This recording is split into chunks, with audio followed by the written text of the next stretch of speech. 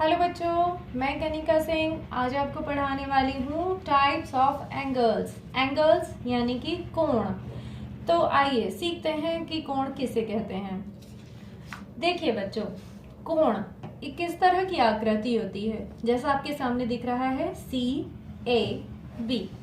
और जब हम इसकी परिभाषा बोलते हैं तब हम आपको बताते हैं एक ही समतल में स्थित दो रेखाओं या रेखाखंडों जिनका एक उभयनिष्ठ बिंदु है के बीच बनी आकृति कोण कहलाता है। इसको मैं समझा देती हूँ आपको।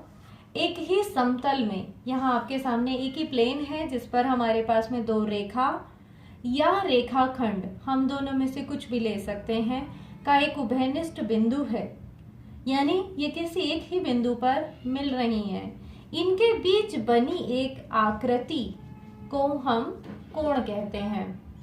इसी को मैं आपको, ये तो हो गई परिभाषा, आपको एक आम भाषा में मैं आप समझा देती हूँ कि बच्चों, कोई भी दो रेखाखंड या दो रेखाएं जब एक बिंदु पर टकरा रही हों तो उनके बीच के झुकाव को, उनके बीच कितना झुकाव है, वो एक दूसरे से कितनी दूरी पर झुके हुए हैं, को हम कोण या एंगल कहते हैं।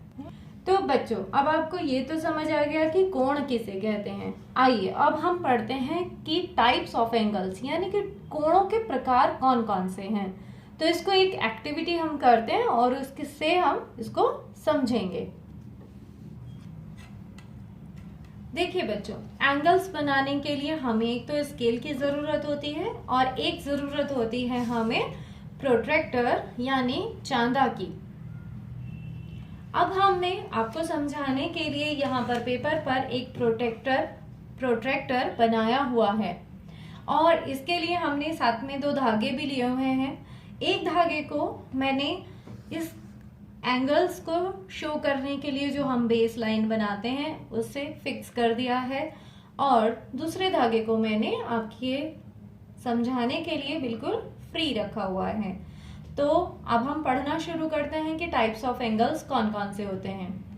देखिए बच्चों, जब हमने दोनों ही रेखाखंडों के बीच में कोई भी झुकाव नहीं रखा, कोई भी एंगल नहीं बनाया, तब इनके बीच में एंगल बना हुआ है 0 डिग्री। जैसा आप यहाँ पर देख भी पा रहे होंगे, यहाँ पर बना हुआ है 0 डिग्री। तो इस कोण का नाम होता है शून्य कोण। तो बच्चों, पहला हमने पढ़ा शून्य कोण यानी जीरो एंगल।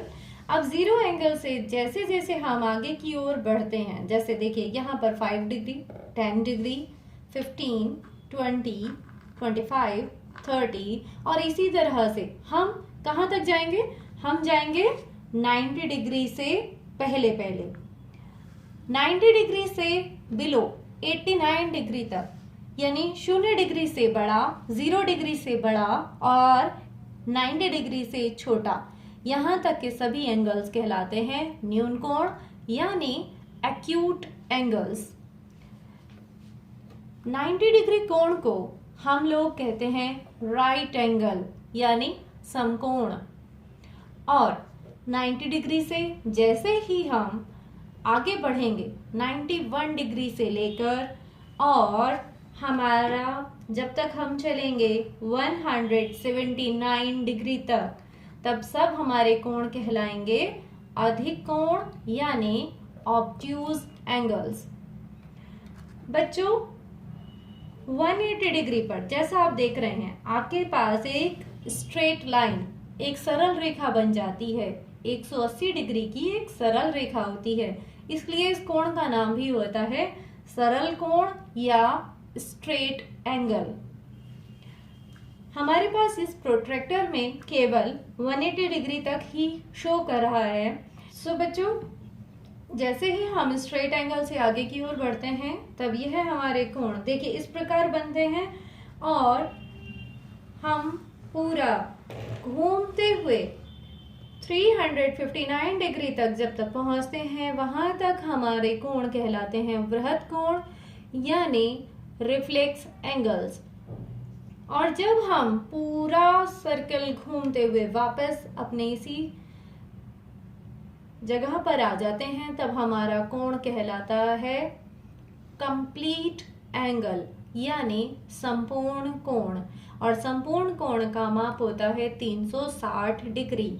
जैसा आपने पहले भी पढ़ चुके हैं कि एक सर्कल 360 डिग्रीज का होता है, तो इस तरह से आज हमने पढ़े शून्य कोण यानी जीरो एंगल, न्यून कोण यानी एक्यूट एंगल, समकोण यानी राइट एंगल, अधिक कोण यानी ऑब्ट्यूज एंगल, सरल कोण यानी स्ट्रेट एंगल, वृहत कोण यानी रिफ्लेक्स एंगल और संपूर्ण कोण यानी कंप्लीट एंगल।